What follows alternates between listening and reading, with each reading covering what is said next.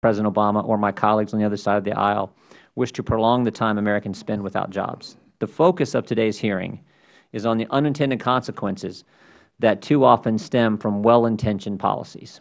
In addition to our expert economists this afternoon, we also hear from two job creators who have experienced this unsettling phenomenon firsthand as they try to hire people and they get reasons why, no, it's better off if I don't take the job that you're offering and that you need to better your business. Some may charge that the arguments presented here today are uncompassionate to folks struggling to find work, but nothing could be further from the truth.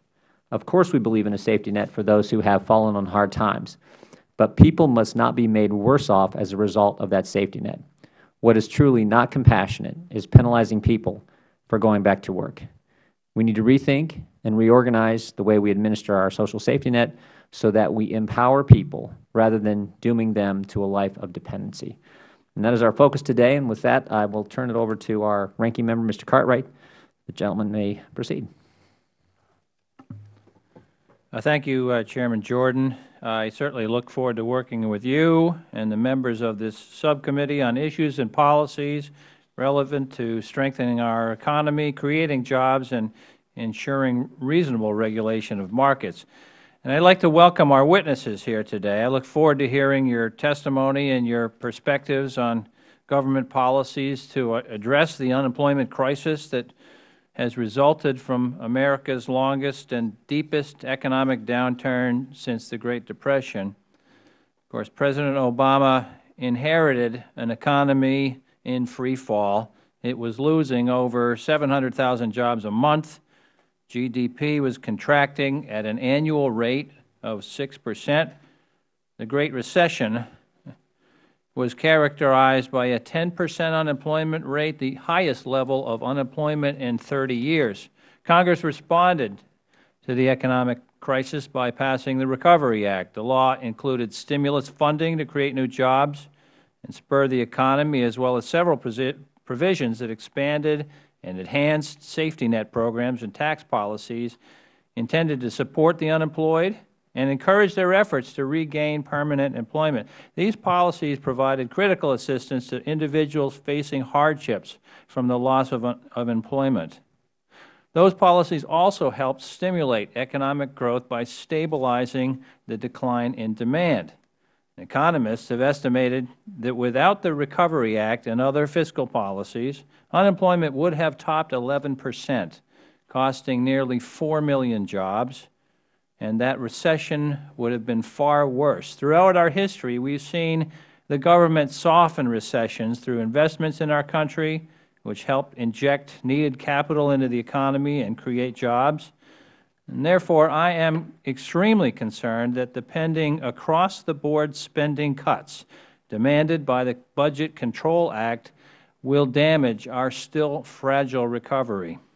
Slash-and-burn cuts at a time when the economy is growing slowly will stifle growth and intensify the hardships faced by many Americans.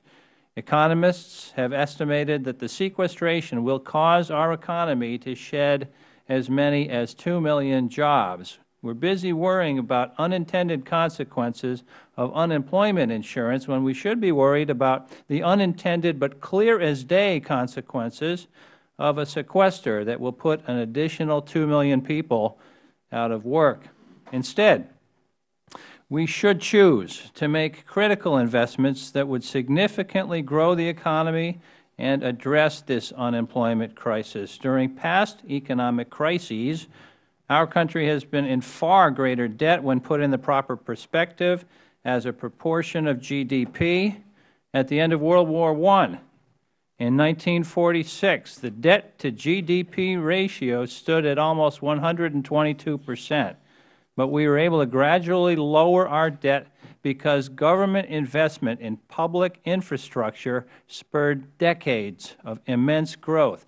Our greatest generation came back from war, and our government led the way by giving people an education through the GI Bill and lifting them into the middle class by putting people to work on the interstate highway system and by engaging engineers and scientists to put a man on the moon.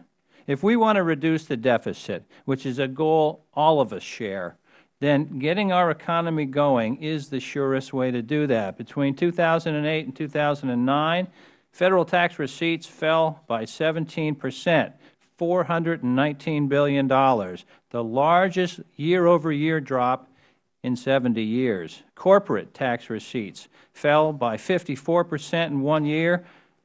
Deficits are more than just about spending. They're also about the economy and revenues.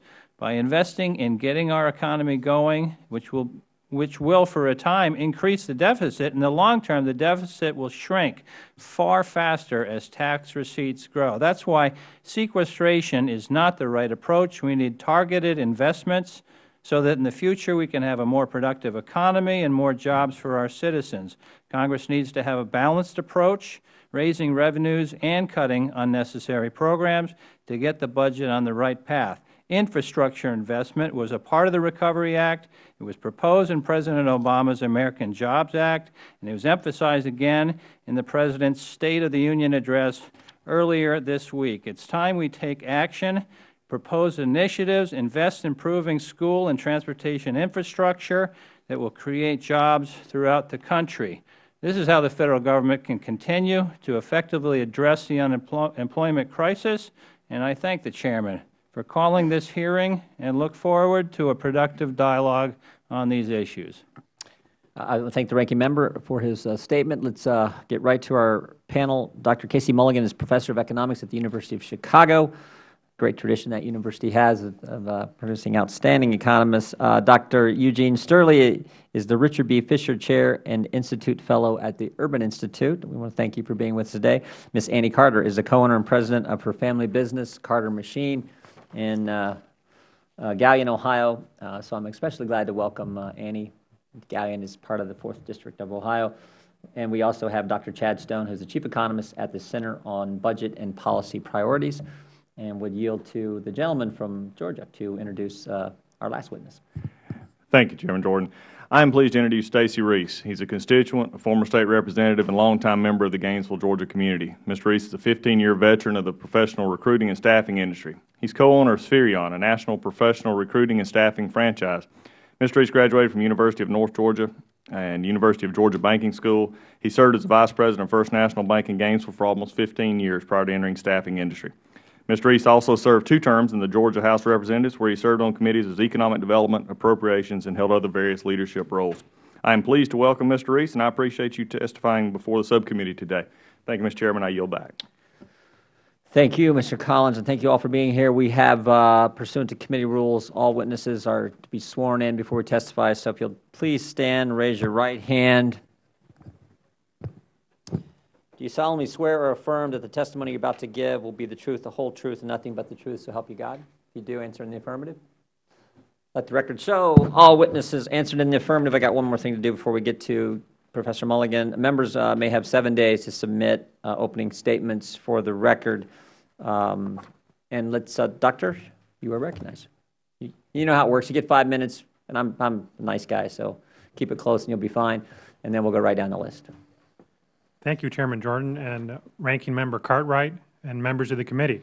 I appreciate the opportunity and honor to discuss with you today how public policy has changed the reward to work. A multitude of programs affect that reward and thereby affect who is employed. The monetary reward to work can sometimes be zero or worse because retaining or accepting a job creates tax expenses and denies subsidies with a combined value that sometimes exceeds the paycheck from working. Nobel laureate James Tobin was a leading Keynesian economist and key advisor to President Kennedy, and he pointedly described 100% implicit tax situations. He said that they cause needless waste and demoralization. It is almost as if our present programs of public assistance have been consciously contrived to perpetuate the conditions they are supposed to alleviate. The monetary reward to working is the difference between the resources a person has available to use or save if she works and what she has available if she does not work. People without jobs or otherwise with low incomes sometimes receive benefits from safety net programs. The benefits are rarely called taxes by the layman, but economists understand the benefits to have many of their characteristics of tax rates. because a program beneficiary loses some or all of her benefits as a consequence of accepting a job. The more income that a person receives when not working, the less is the reward to working. The combined effect of taxes and subsidies on the reward to accepting a new job can be summarized as a job acceptance penalty. That is, the effective amount that is lost from paying taxes and replacing benefits associated with not working. I like to express that penalty as a rate, namely as a percentage of employee compensation. Now, if there were no penalty, then that rate would be 0. But the job acceptance penalty rate can also be large. It can sometimes equal or exceed 100%, which means that a person might have more resources available to use or save as a consequence of working less. Legislation that cuts or credits taxes, so to speak, can nonetheless reduce the reward to working and increase the job acceptance penalty rate if it cuts taxes more for those who work less. The reward to working matters. High penalty rates are associated with small incentives to seek, create, and retain jobs. The consequences of high penalty rates are felt all over the economy, even by people whose individual penalty rates might not be all that high. At the same time that safety net programs implicitly tax job acceptance, they also implicitly subsidize layoffs because the programs absorb some of the income and production that employer and employee lose when an employee stops working. Now, America absolutely must have taxes and safety net programs, even though they reduce the reward to working and subsidize layoffs. But if this Congress wants to understand what is happening in the labor market, it would be counterproductive to approximate penalty and subsidy rates as 0 or to assume them to be eternally constant regardless of what incentives are embodied in new legislation.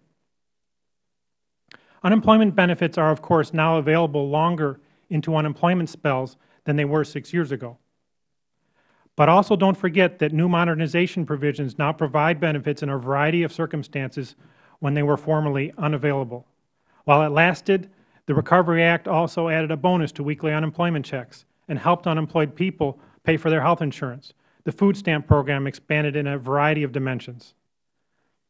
The combined effect of these and other changes through 2012 was to reduce the reward to work for most of the non-elderly population. Among the 23 million layoffs experienced by non-elderly American household heads and spouses during the recession, at least 4 million of them had penalty rates near or above 100%. I brought a chart with me today, and the height of the bar in that chart is the average penalty among those 4 million layoffs. 100% means that the entire compensation from the job offer, fringe benefits and all, would be devoted to paying added tax expenses and replacing withdrawn benefits. It did not have to be this way. The bar on the right shows what would have happened to the same 4 million penalties if there had been no Recovery Act. The white space at the top is the reward to working. It's what's left over after expenses are paid and withdrawn benefits are replaced. Yes, that reward is small compared to all the expenses, but it was something. And by looking at the left bar, we can see how the Recovery Act completely erased it. The chart also shows us how several programs combine to create these penalties. Unemployment insurance is the single largest disincentive, but without the others, the reward to working would have been pretty large. It's no surprise that layoffs surged and unemployment durations lengthened during the recession, at the same time when new laws were adding to layoff subsidies and adding to job acceptance penalties. A presumably unintended consequence of the recent safety net expansions has been to reduce the reward to working and thereby keep employment rates low, keep unemployment and poverty rates high, and keep national spending low, longer than they would have been if safety net program rules had remained unchanged. Thank you. Doctor, we'll go next to Dr. STEUERLE. Thank you, Mr. Chairman, Mr. Cartwright, members of the subcommittee. I appreciate the opportunity to testify before today on labor force participation in our nation's tax and social welfare systems. I begin by putting all of this into a much broader context that goes beyond just what's happened in the Great Recession. Modern society must begin to adjust to a very different labor force dynamic than prevailed in the last half of the 20th century. At that time, baby boomers, women, and a more educated young population entered the workforce. Today, all of those forces of growth for labor force, as well as their positive impact on being able to come out of recessions and promote demand, have gone by the wayside. And today we also face extended joblessness among the young, the unemployed, and the disabled. Labor force participation among the young, particularly men, has trended downward for the past 3 decades, only exacerbated by the Great Recession. Evidence shows that prolonged periods of labor force separation create longer-term problems. They depress future earnings for such workers, work habits can dissipate, and feelings of depression can set in. Now consider whether our social welfare system is starting to adjust to these new circumstances. These systems have largely been devoted over time to providing higher levels of consumption to people, but consequently have added to the disincentives for work and saving. Now, one can disagree, and there is disagreement in the literature, on the extent of past successes, yet still agree that at the margin, we ought to be shifting more of our dollars towards government programs aimed at opportunity, those that favor education, work, and saving, and put less emphasis on consumption. Now, our social welfare system affects work in 2 ways. First, the additional consumption provided to people, or income, is often sufficient for some of them simply to reduce their labor supply. And second, a major focus of this hearing, families can face prohibitively high penalties for additional work. Consider particularly households with children. Right now, our combined tax and spending systems encourage labor force participation until family income reaches the poverty level. This has actually been a positive aspect of welfare reforms and earned income credit reforms in previous decades. That is, we have favored movement into the workforce, except for the unemployment case that Dr. Mulligan points to. But after reaching about poverty level, low to moderate income households often face marginal tax rates of about 50 to 60%, merely if they participate in universally available programs like food stamps, now SNAP, the earned income credit, and soon, by the way, the new health exchange subsidies, which also have their own implicit tax rate on additional earnings. How benefits change with income levels is shown in Figure 1 in my testimony. Meanwhile, households who participate in other programs, such as limited entitlement programs, such as the temporary assistance for needy families or housing subsidies, often face tax rates of 80 to 100%. And again, these figures are independent of the unemployment compensation examined by Dr. Mulligan. The problem of high effective marginal tax rates facing low-income workers especially affects households looking to move out of poverty toward middle-class status. I deem this the twice poverty trap. Now, one thing we have learned from public finance is that taxes have significant effects on portfolio behavior, even if there is less certain effect on work and saving. Not getting married has now become the major tax shelter for low and moderate income households with children facing these high marginal tax rates. By avoiding marriage, they avoid the high tax rate that would be implicitly borne by the household when they marry and they combine their incomes and thereby lose benefits. These high tax rates and marriage penalties arising in these systems occur in part because of the piecemeal fashion in which they are considered. Congress has designed so many direct and indirect taxes and phase-outs that it can have little idea of how it is affecting the true returns to work for large portions of the population. So just to give you some idea of these implicit taxes and where they sit, they're everywhere. They're in TANF and SNAP or food stamps. They're in Medicaid and the new health exchange subsidies. They're in PEP and PEAS, which we just reenacted as part of the recent tax reform. They're in Pell Grants and student loans, American Opportunity Credits and Lifetime Learning Tax Credits, housing vouchers or low-income housing tax credits, child tax credits and earned income credits, Medicare Part B and Part D, Social Security exemption from taxation and supplemental security income, school lunches and Child Care Development Fund, Head Start and Early Start, special supplemental nutrition programs for women, infants, and children, or WIC, child independent care tax credits, retirement saving credits, premium assistance credits, and unemployment compensation, workers' compensation. All of these have implicit tax rates in them. My point simply is this, that our modern economy requires modern approaches to social welfare and taxation. Many compromises, I believe, can cut across traditional liberal and conservative boundaries by maintaining a progressive agenda, yet emphasizing better the work, education, and saving requirements required for the modern economy and required for the modern worker to succeed. At a minimum, we need to begin approaching our wide assortment of programs, benefit phase-outs, and tax rates in a much more integrated fashion. It's hard to design programs well if we lack even basic understandings of all the ways they interact. Thank you. Thank you, Dr. Ms. Carter. You're up. Thank you for inviting me to testify today. Make sure your microphone's on there, Annie. Yeah. Thank you for inviting me to testify today. My name is Annie Carter. I'm the president and co-owner of Carter Machine Company. We're located in Galion, Ohio. Our company designs, repairs, and manufactures hydraulic and pneumatic cylinders, mainly for the steel industry and baling industry, recycling industry, large presses, material movement. We currently have 57 employees, but we would greatly benefit by having an effective employee rate of about 70 to 75 people. Manufacturing was the foundation and the backbone of this country, and it's now considered something that people will do if they don't have any other choices. Our company is comprised of 50% administrative staff, such as engineers, production, purchasing, computer programmers, human resources, and 50% skilled labor.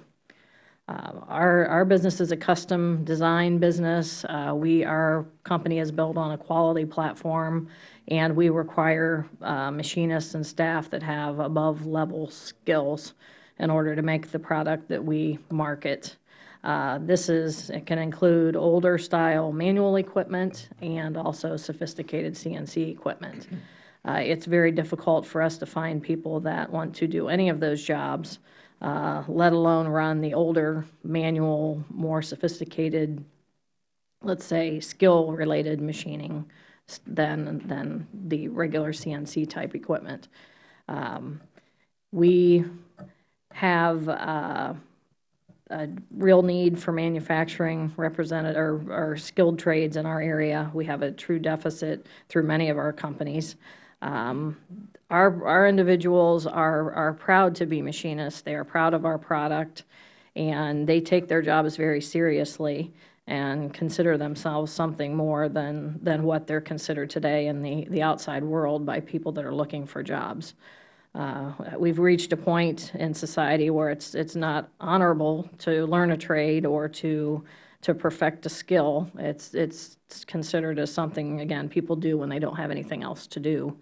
I've spoken to high school students many times who are consistently fed the career path through college. They don't know what a trade job is, and they don't consider that an option for them in the long term. I don't think they believe they can make a living at the trades because of what they're being taught, and they really don't have any exposure anymore through wood shop, metal shop, any of those things in the past that were part of the curriculum in school. We continue to receive comments from students that, that's going to be a hot and dirty job, and I'm just not interested in doing that type of work. In our area, it has become very obvious that work is an option, not a necessity.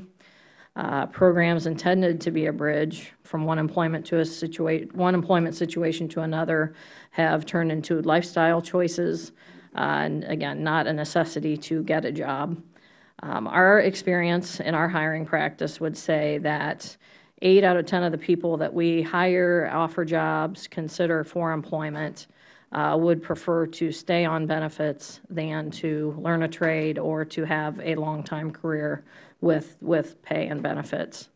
Often we hear, I have X number of weeks left on unemployment, I'm going to ride it out, then look for a job.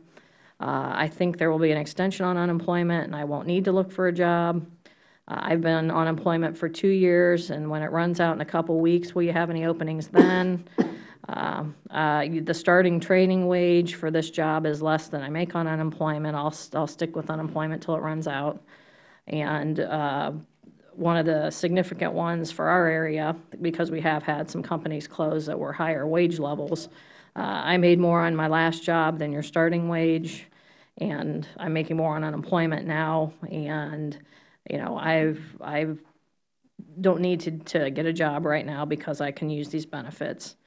Our county is comprised of about 43,000 citizens. About 20% of them are receiving some form of assistance or another, and that continues to grow.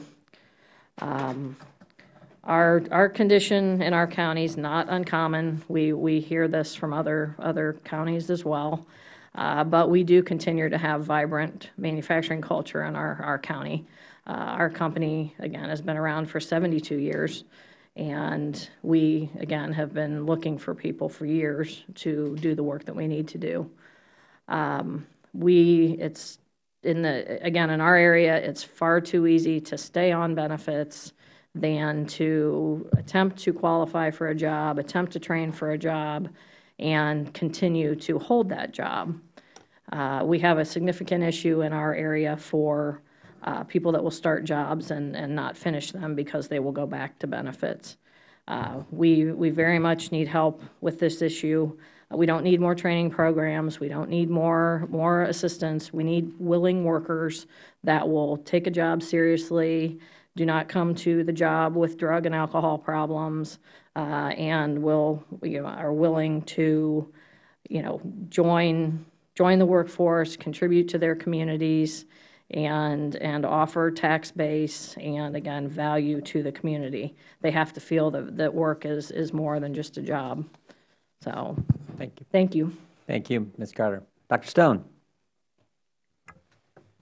Chairman Jordan, Ranking Member Cartwright, and other members of the subcommittee, thank you for the opportunity to testify on this important topic. I'll summarize my written testimony, which falls into two parts, one focusing on the extraordinary macroeconomic situation in which we found ourselves since 2007, and the other focusing specifically on unemployment insurance. There's no doubt that the United States continues to suffer a serious unemployment problem in the wake of the Great Recession. 5 years after the onset of the recession and 3.5 years after the economy turned around and began growing, there are still 3.2 million fewer jobs on non-farm payrolls than there were in December 2007. Private payrolls are smaller by 2.7 million, and the unemployment rate hovers near 8%. You've heard testimony implying that much of this job loss can be traced to work disincentives in the 2009 Economic Recovery Act that discouraged people from seeking or taking jobs. I, along with the Congressional Budget Office, and I believe a large number of economists, have a different view, namely that today's unemployment problem stems from the sharp contraction in demand for goods and services in the Great Recession, and that the legacy of that recession continues to be an economic slump in which the demand for goods and services, gross domestic product, or GDP, remains far short of what the economy is capable of producing with existing business capacity and a labor force that includes people who are willing to work but currently can't find a job, because the effect of weak demand on businesses, for the most part, is that they don't have the sales to justify expansion. The chart on, I don't have PowerPoints of my charts, but the chart on page 4 of my testimony reproduces a chart from the latest CBO Budget and Economic Outlook illustrating the large gap, currently about $1 trillion, that exists between actual demand for goods and services and what we could be producing on a sustainable basis with high employment and capacity utilization. That's potential GDP. Congressional Budget Office projects that we won't get back to high employment until 2017. That could be optimistic. The Recovery Act did not make the unemployment problem worse. CBO's reports on its economic effects show that the 2009 Recovery Act had an important effect in keeping GDP from falling even further and unemployment from rising even higher than it did. Economists Alan Blinder and Mark Zandi have shown that aggressive actions by the Federal Reserve and the financial stabilization and fiscal stimulus policies enacted in late 2008 and early 2009 averted what they say could have been the Great Recession 2.0. The problem is that policymakers took their foot off the accelerator too quickly and started to apply the brakes too fast to an economic recovery under the misguided view that budget austerity, especially austerity that focused on spending cuts, would be expansionary and good for the economy. We now know from the experience of Great Britain and the European community and from revised assessments from the International Monetary Fund and other research that austerity is contractionary. And contrary to the view that government spending is, quote, out of control, fiscal policy has been contractionary for the past couple of years.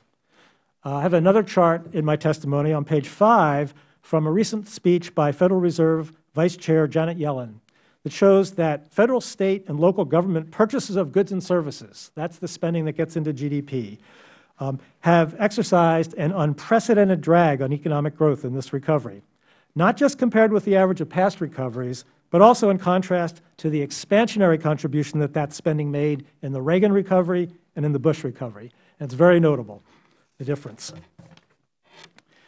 That's why it's so important not to let sequestration take place as scheduled and to replace it with a more sensible approach that balances spending and revenue measures that do not exert such a sharp, immediate drag on the recovery, a drag that CBO estimates is about 0.5% of GDP this year.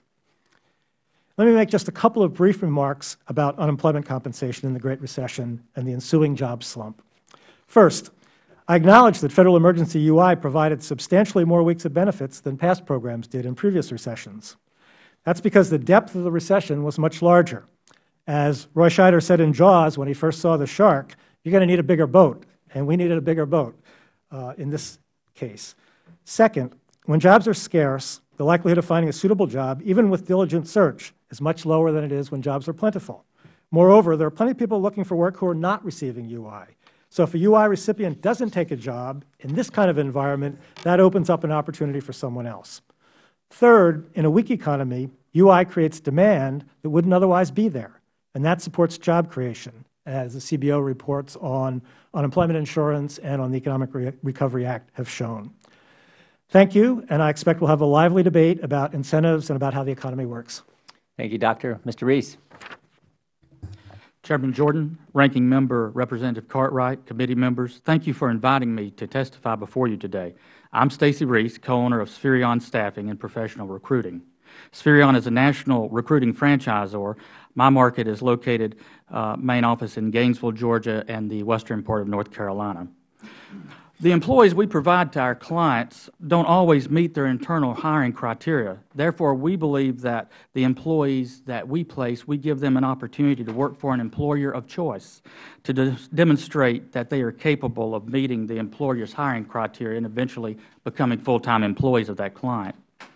We also believe we're an economic barometer. We're one of the first business sectors to feel an economic downturn and one of the first to see the economy recover. Pre-recession, we observed clients that were hiring temporaries permanently begin to keep them temporary. Next, the client suspended the hiring of any new temporary workers. It then escalated to waves of layoffs for temporary employees. That was followed by clients no longer needing temporaries.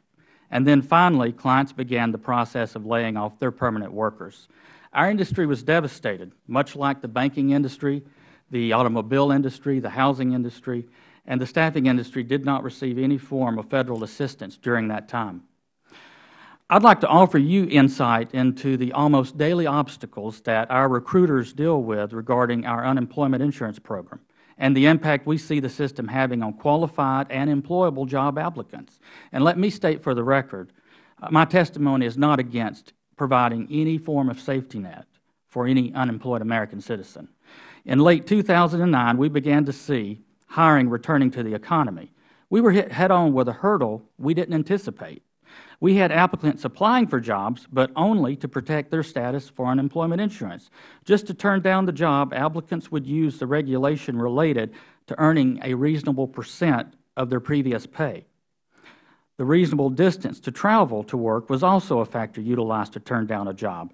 If it was more than 25 miles, they didn't have to take it. If it was 26.5, they didn't have to take it. If it was 19.5, then they had to consider it. Our staff believed that these applicants were possibly unemployable to begin with, but as they looked more closely, they found that most of the applicants were very skilled, capable, and had been on prior jobs for several years before being laid off. Prior to the recession, clients were willing and able to pay wages that were above the prevailing market rates. We have found that the unemployed who are holding out and choosing to stay on unemployment now face the reality that those jobs will no longer pay what they once earned. They will look our recruiters in the eyes and state, well, I'll just stay on unemployment. One of our clients that has multiple manufacturing, assembly, and distribution facilities across the United States, and they employ thousands of employees across the country, had this to say, quote, we've actually had applicants say that they had done the math and that they were not willing to work for $10 an hour because their unemployment check, coupled with gas savings, lunch, and uniforms, made it more attractive to stay home. The way they saw it, they would be working for $2.50 an hour above what they could get on unemployment, so they'd rather stay home.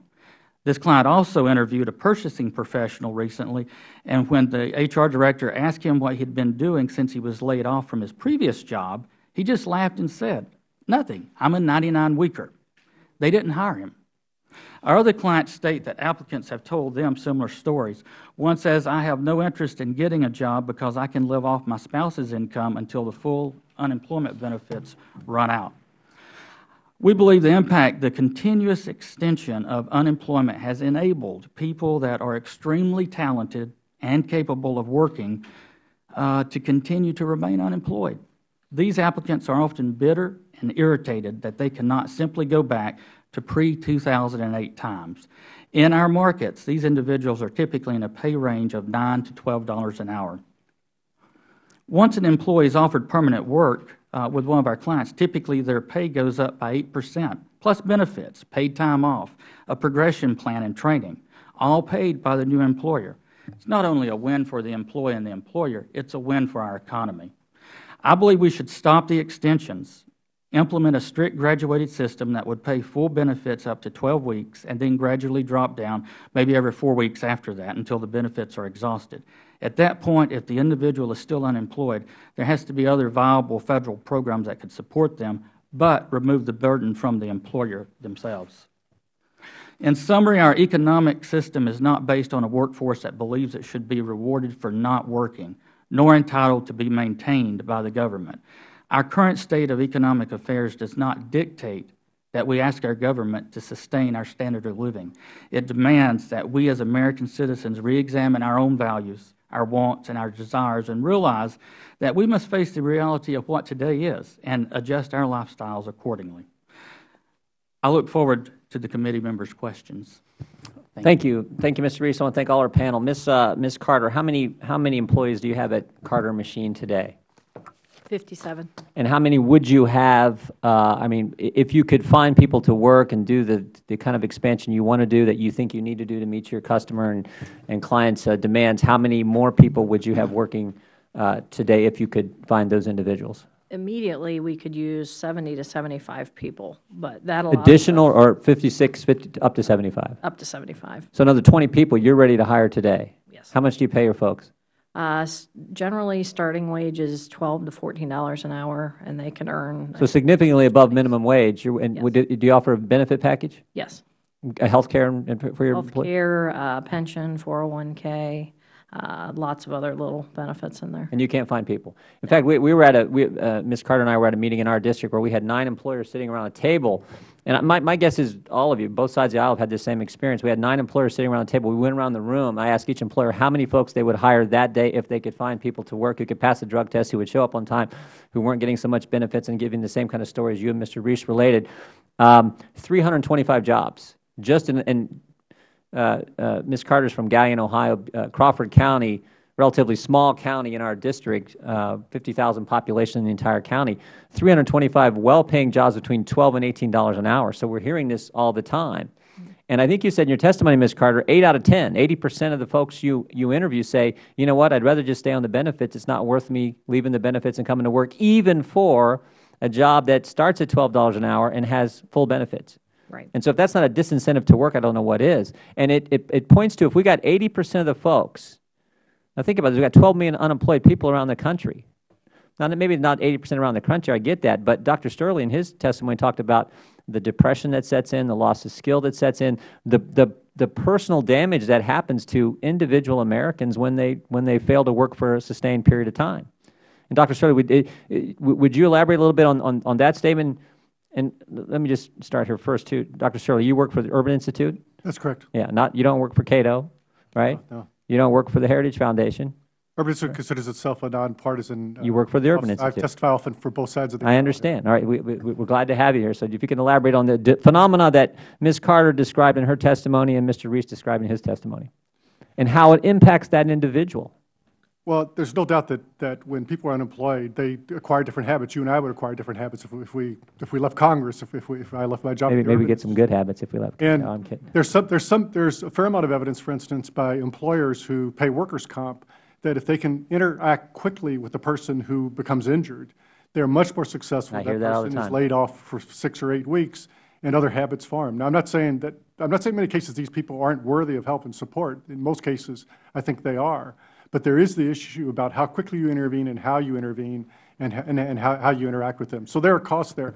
We've also found, just by the way, that savings also, I mean, we're not talking about savings very much here, but you start dealing with an unemployed population or a population dependent upon benefits, and it also impacts upon their saving behavior as well. Yeah, and let me just take it one Often step they can't further, save, I mean. because we're focused on that individual and that family and the negative impact there, but it's got to be broader than that. And this is something Ms. Carter related to me in her experience and what she sees in Galion, Ohio. But there's a cultural and community and frankly nationwide impact to what's going on here, because it reflects on your entire community. People aren't saving as much, which means they can't spend as much, which means they're not getting the skills, they're not bettering themselves. It is a broad impact, I would argue, in a negative way for our entire culture. Have you looked at that in your research? Have you looked at that as well? I can't say that I've looked at it adequately to say that I'm an expert on its aggregate impact upon our culture. I think, in general, my concern, there's actually 2 concerns being expressed at the table here. Some are short-term and some are long-term. In fact, a lot of what Dr. Stone said and Dr. Mulligan said is actually reconcilable. Dr. Mulligan, and to some extent I have emphasized supply-side effects, tax rate effects, incentive effects. Dr. Stone has emphasized, I'm not saying there's not some disagreement there, but he's emphasized the fact that this great financial depression caused a lot of unemployment that was probably unavoidable. So we might debate to some extent to how much each one impacts, but they are both there. They're both present. Well, no one argues. I mean, Mr. Cartwright in his opening statement talked about the economy that this administration inherited. No one argues it was bad and headed in the wrong direction. The point here today is what was undertaken has not worked. I mean, I've said many times, if big government spending was going to get us out of this mess, well, for goodness sake, we'd have been out of it a long time ago, because that's all the government's done for 4 years at a record rate, the largest stimulus bill in history, then piled on more and more piled on top of that. So it just frankly hasn't worked. That's what we're trying to point to. We understand it was a difficult situation for any administration. And my concern is not just with how to debate the past, but how to debate going forward. Well said. So Ms. Carter talks about the 20% of people that are on some form of assistance she has trouble dealing with. Another side of my work, I deal with things like Social Security and retirement. We're soon scheduled to have close to a third of the population on Social Security alone. So add these numbers up, and we're doing a great deal to finance consumption of people for very worthy purposes. And I just think we need to, I'm not just saying we need to spend less money. I'm just saying I think we need to start emphasizing more work, saving, and education to get the positive. And you would argue, and I'll get quickly to our ranking member, a comprehensive approach. I mean, our research says that there are 70 different means-tested social welfare programs that the Federal Government, your tax dollars, are involved with. We might be better off and actually help families, help our culture, help our country if we didn't have 70 different programs administered in the various agencies across the Federal Government working with the States, if we focused that on a few that actually had a positive impact. And that's one of the things we're trying to look at. We'd appreciate your help, even though you're from the Urban Institute, not Cato or Heritage. I'm kidding. Mr. Cartwright, you're recognized for 5 minutes. And you get 6 minutes if you want. Thank you, Mr. Chairman. Dr. Stone, I want to thank you for coming here today, and I want to follow up on some of your comments. You mentioned the sequestration. Obviously, sequestration is going to, and it's designed to impose across-the-board spending cuts to an economy that is still slowly recovering. This is likely to halt any further economic growth in the short term and also impede any improvements to our unemployment rate, which is what we're here talking about today. Now, economist Dr. Stephen Fuller examined the impact of the sequester and concluded that in 2013, it would cost the U.S. economy over 2 million jobs, decrease personal earnings by $109 billion, and reduce our nation's GDP by $215 billion. Now, Dr. Stone, I understand that Dr. Fuller's Ph.D. is from Cornell and yours is from Yale, but is that something you can get past, and can you agree with Dr. Fuller on his statement? Well, I can certainly agree on the contractionary impact. I'm not sure that his analysis didn't include not only sequestration, but also the budget caps that are already in, which might make it larger than what's due to sequestration alone. CBO estimates that the sequestration would cut a half point or more off GDP. So there's definitely a contractionary effect. The exact numbers, that's tough to know.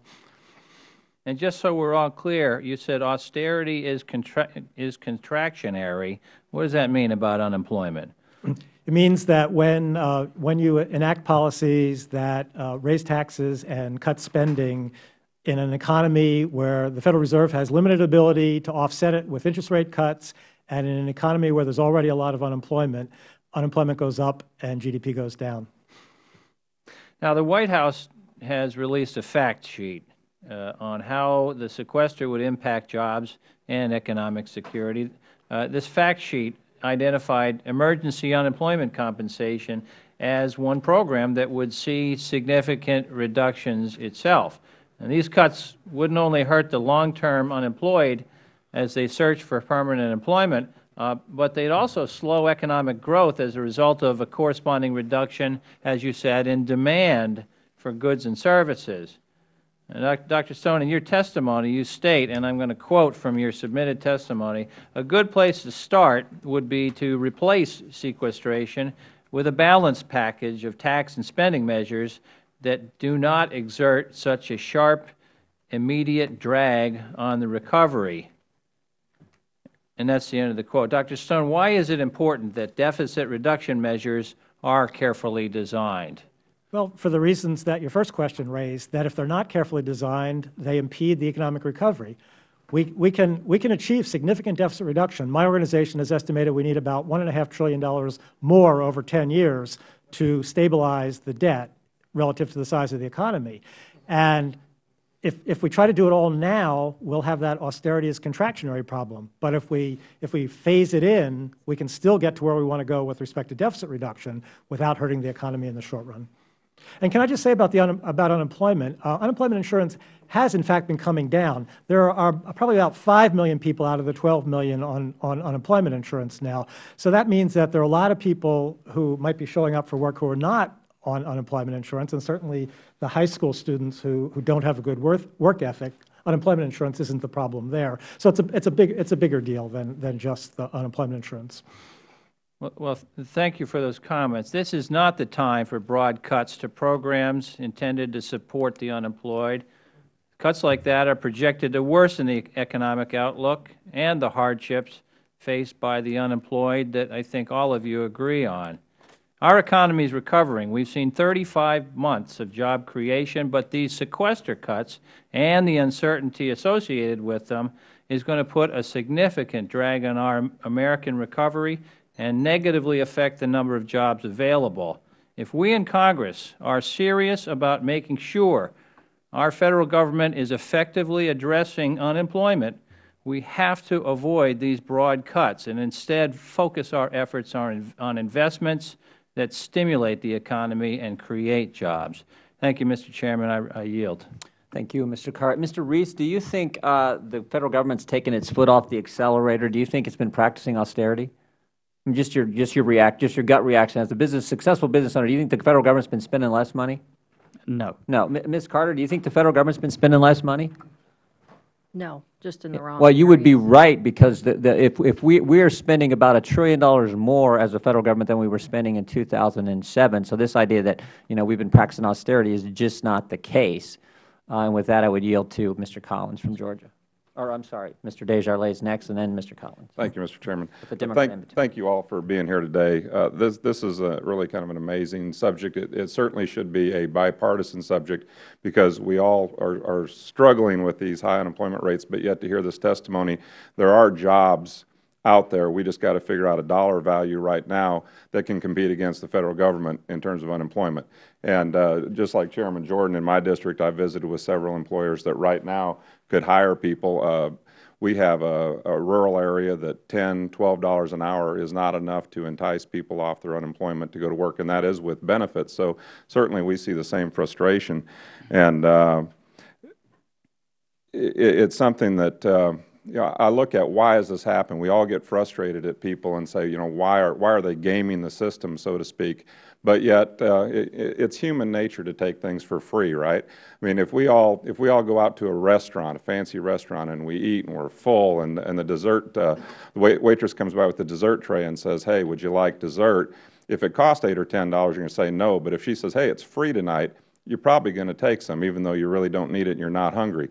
So that's kind of what's happening to the American society, is that the government is just offering up all this free stuff. So we need to work from within, and we need to work on both sides of the aisle to solve this problem. And Dr. Mulligan, you have much more eloquent ways of putting this, but really these safety nets that are supposed to be there for people who need it have really turned into hammocks under the Stimulus Act. Would you agree?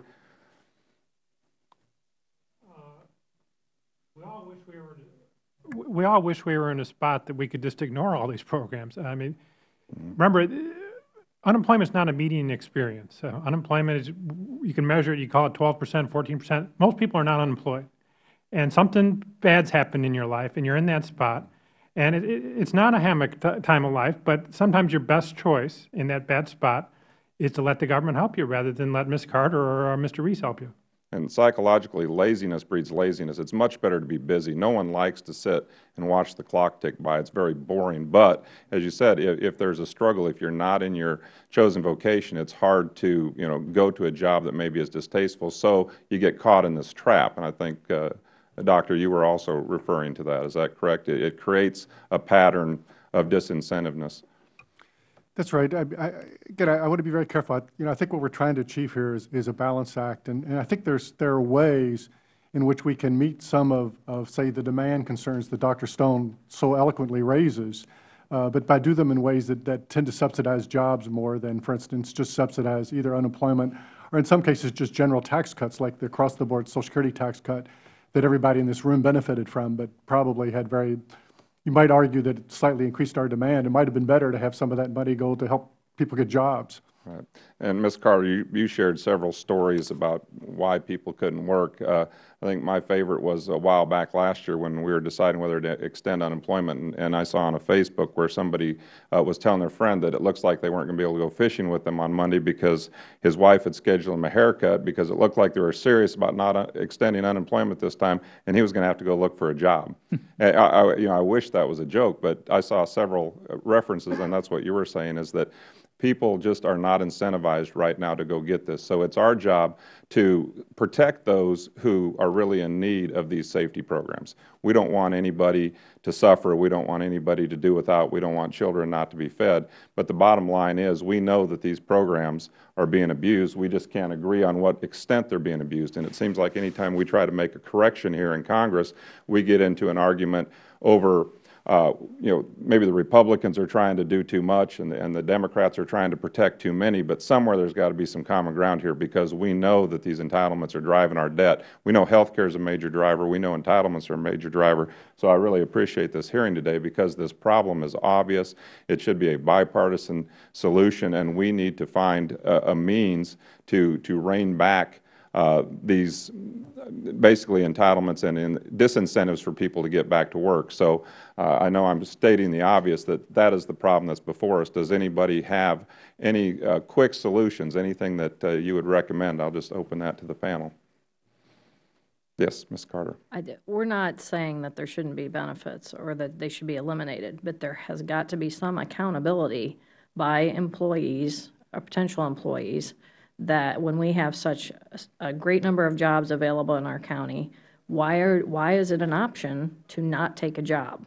There has to be some accountability there. They have to apply for jobs. If there's jobs available, people should be taking jobs.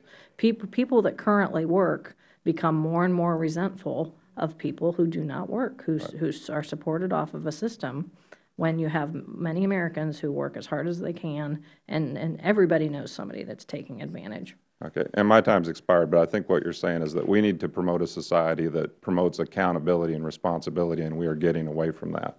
Thank you.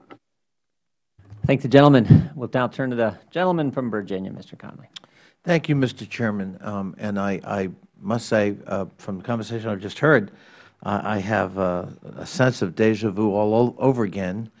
If one wants to know why President Obama won re-election and why Mr. Romney lost, the idea that people who are unemployed, it's their own fault and they're takers, and it's an unemployment insurance to provide a safety net for them is a disincentive to work.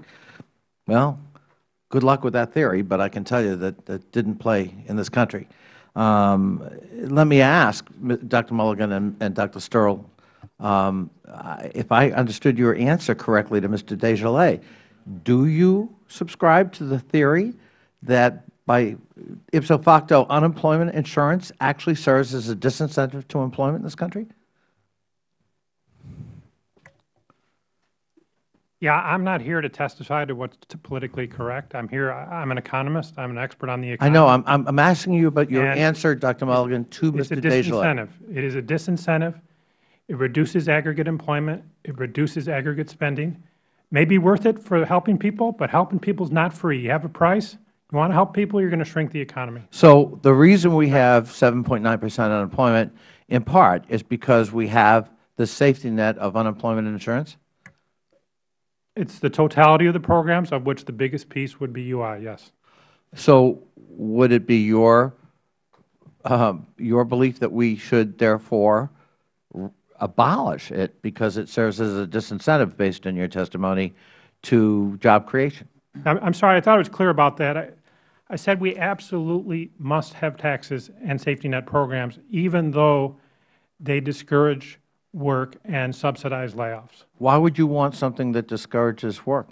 Why would you want taxpayer dollars to do that? Maximizing work is not everything. There's trade-offs in life. You want to help people, but you want to have the economy strong, and there's a trade-off. And what I've said is what's happened in the last couple of years is we've moved in a direction of really too much help and not enough efficiency. Well, Dr. Mulligan, I'm just trying to follow your train of thought.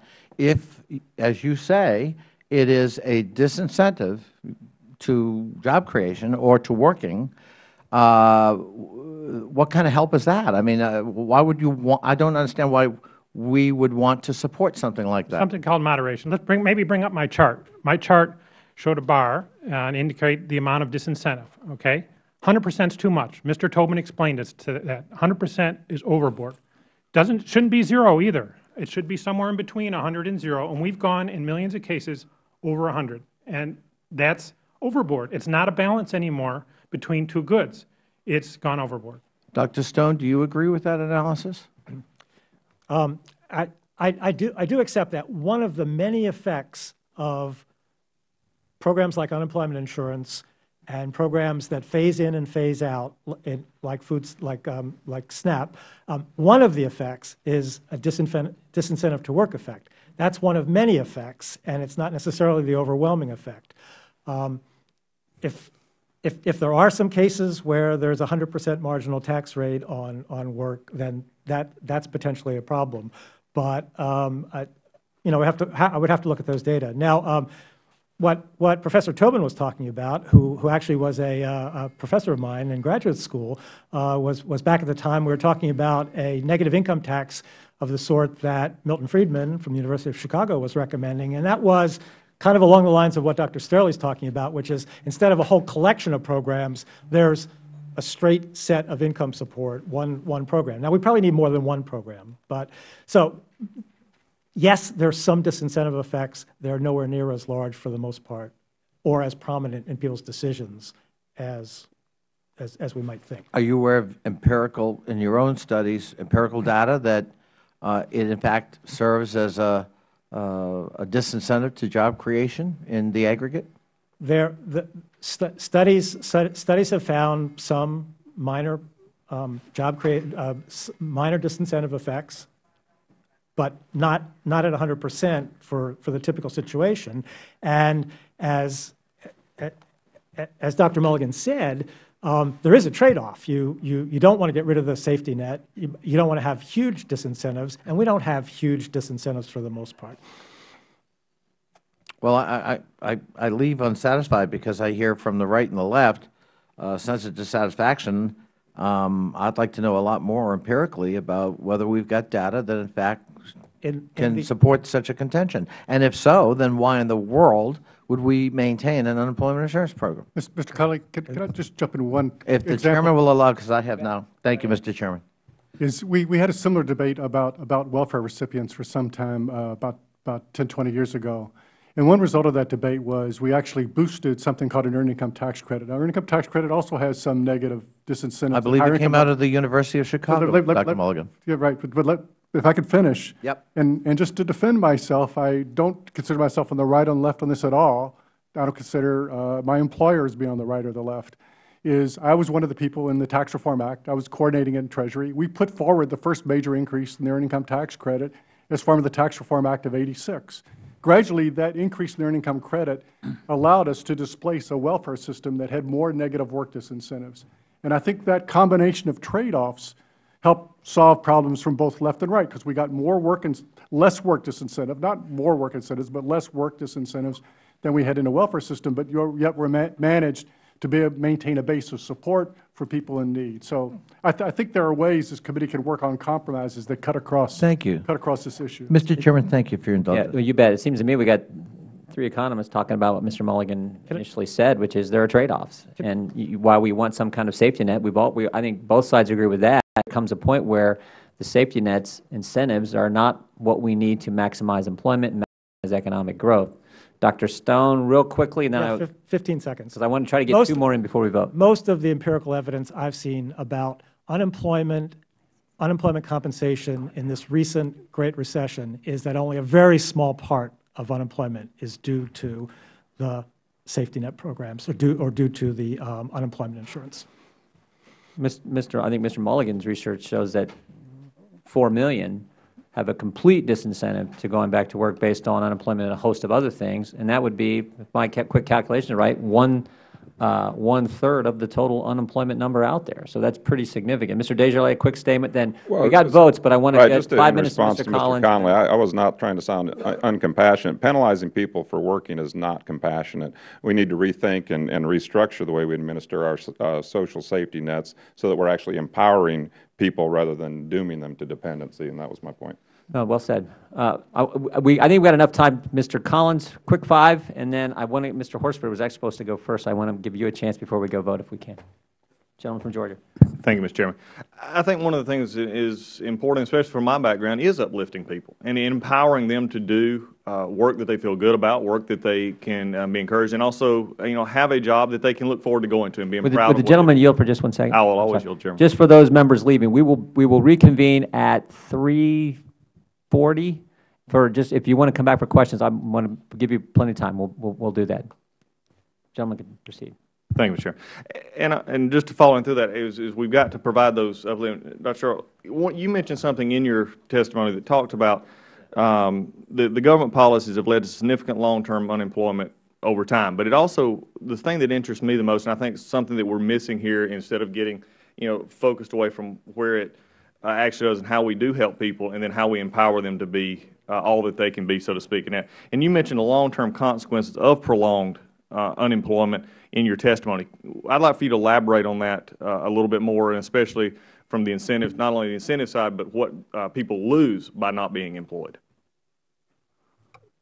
Well, I'm not sure I have much to add to what I already said in terms of habit formation and the consequences for depression and things like that. But in point of fact, the main way that most of us learn is on the job. Mm-hmm. We often think of education as taking place in the school, but in fact, when you go work for Ms. Carter, you actually end up getting educated as you stay on the job, and that's one reason over time she's able to promote you to higher levels of work. So you're not only losing some human capital by being unemployed, but you're losing that educational opportunity that you would have on work. Well, I think again, I don't want to say. Let me be clear. Most people do not want to be unemployed. So I don't want to indicate by any means this is something people want. I just think we need to figure out ways to be able to help them more. Exactly, and I think that's my point. Is people want to work. I believe that that's the genius of the American system, is that we want to work. We want to provide those incentives, and I think you're providing something that sometimes we miss in what we do lose for those who are actively working. And Ms. Carter's place is a place to do that. You learn more than just a job skill. You learn life, and I think that's so important. A quick question. I may come back in just a second. Mr. Reece, one of the things that you had mentioned in employment is you talked about the cost that they would actually, in some ways, do the cost-benefit analysis, which is a complex thought process to go through. So what you're really saying is they're not qualified, they're not unqualified for the jobs that you could be providing. No, they are very qualified individuals. My belief, and the doctors here are talking about statistics, and that's great, but I actually know the statistic. They come in my office and meet with my recruiters. And they are hung up on what they had accomplished into their life at a certain point prior to the recession. And their irritation comes that they can't get that same thing.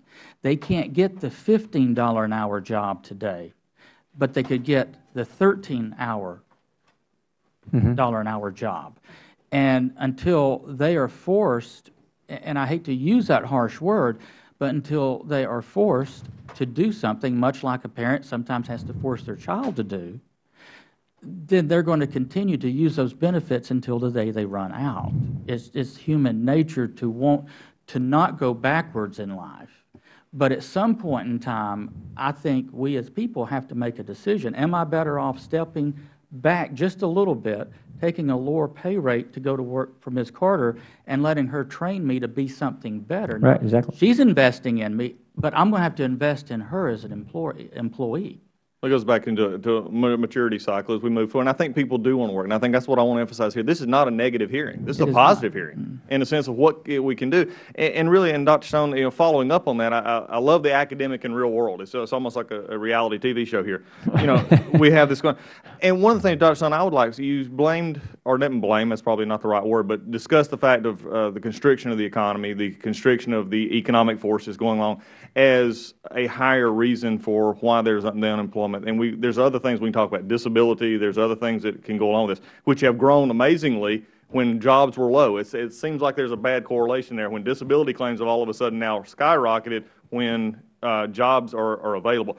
I ask you, how do you reconcile the research that you've done with the real world sitting right beside you on each side in the sense of just taking it from a constriction standpoint and not just a sense that there may be other things involved here?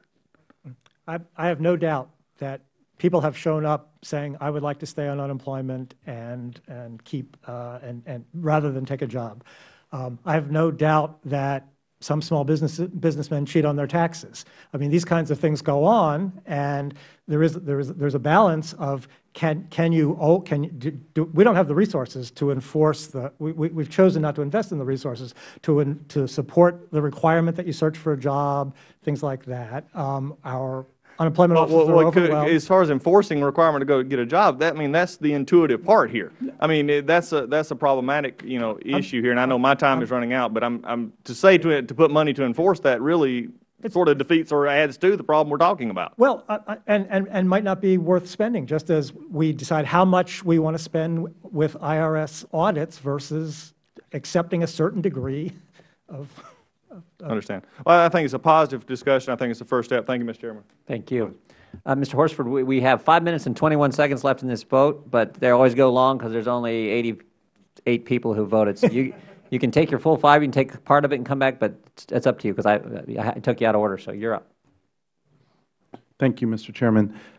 I appreciate very much the panel, and I know people come from a broad perspective on this.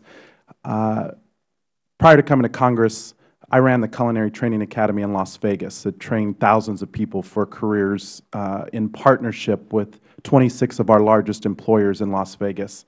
And I know without a doubt, after 11 years of doing that work, that people want jobs. They do not want to be on food stamps. They don't want to be on long-term unemployment. They don't want to rely on assistance. They want a job. But for those individuals who cannot find a job, they also need to depend on unemployment and other work supports in order to survive. And so I'd like to just reframe a bit of the discussion because I think we focused so much on a disincentive to work. I'd like to focus on an incentive to survive and the fact that people who are unemployed, Nevada has higher than the national average unemployment. My unemployed constituents are not lazy. They are not immature.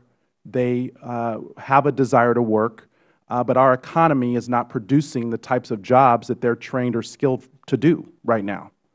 And so my question is, how can we balance those interests, Dr. Stone, to provide assistance that allows people to buy food, pay their rent, and, provide for the basic necessities for their family as a bridge until they are able to find employment?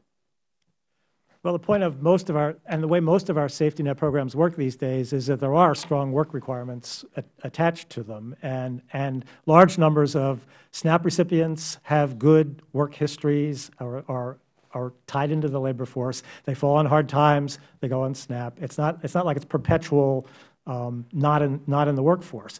Now, there's two issues. There's the short run issue that this economy is really still in tough shape, and the income support is important, and more important when it's harder to find a job than when it's easier to find a job.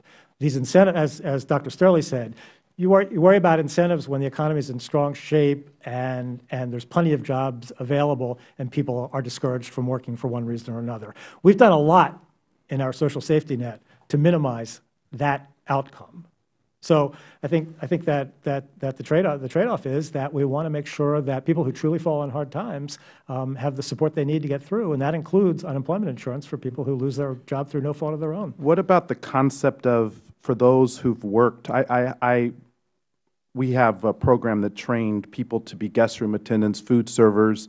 I recall this one woman, she worked for 20 years in the same job and became displaced and did not know how to really go about applying for jobs or to market her skills or to transfer those skills. So what about that within the framework of this discussion today? Well, that's an important thing, and that's why job counseling for unemployed workers can help them have a realistic view of what their job opportunities are, have a realistic view that jobs matter, strengthen that, but that costs money, and so there's that tension between the budgetary cost of having more job counseling and the fact that it actually could be helpful in the kinds of situations we're all talking about. Yeah, I think, Mr. Reese, you hit on it. Like sometimes we had to counsel people that the job that they wanted to do wasn't going to be readily available. Exactly. Construction, for example, which was our #2 industry, there just wasn't those jobs. And so to help people understand that, yeah, you might have to go back and retool your skills, and that might mean you're going to get paid a different wage when you get placed, but at least getting you training and then placement into a new career field is something that has to be part of the equation. So, I understand that. But that sometimes it takes a professional person who can provide that unemployed individual that perspective. Right. And if I could comment just quickly to that, you're exactly right from the standpoint that the person has to be counseled, but when a client expects you to provide them with the best possible applicant, oftentimes the reluctance that our recruiters see in that person as they're trying to encourage them to take the lower paying job and to take the employer's training, when you see that lack of interest and then you have someone else sitting over here that is looking more attractive to place, you tend to give the client the more attractive looking applicant, the one that has the higher skill level. So sometimes without that eagerness to want the job, our recruiters are sometimes reluctant to recommend them for the job. Thank you, Mr. Chairman. I'll finish there. I would say I would love to hope that we can talk about the chronically unemployed and the fact that there are actually laws on the books in some states that are disincentives to employers hiring the chronically unemployed, and we need to have that discussion as part of this as well. Yeah, we will reconvene at 3:40, and we can bring that issue up and a host of others. Thank you all for being here, and staff will. So we're standing in recess. You guys want to go this way?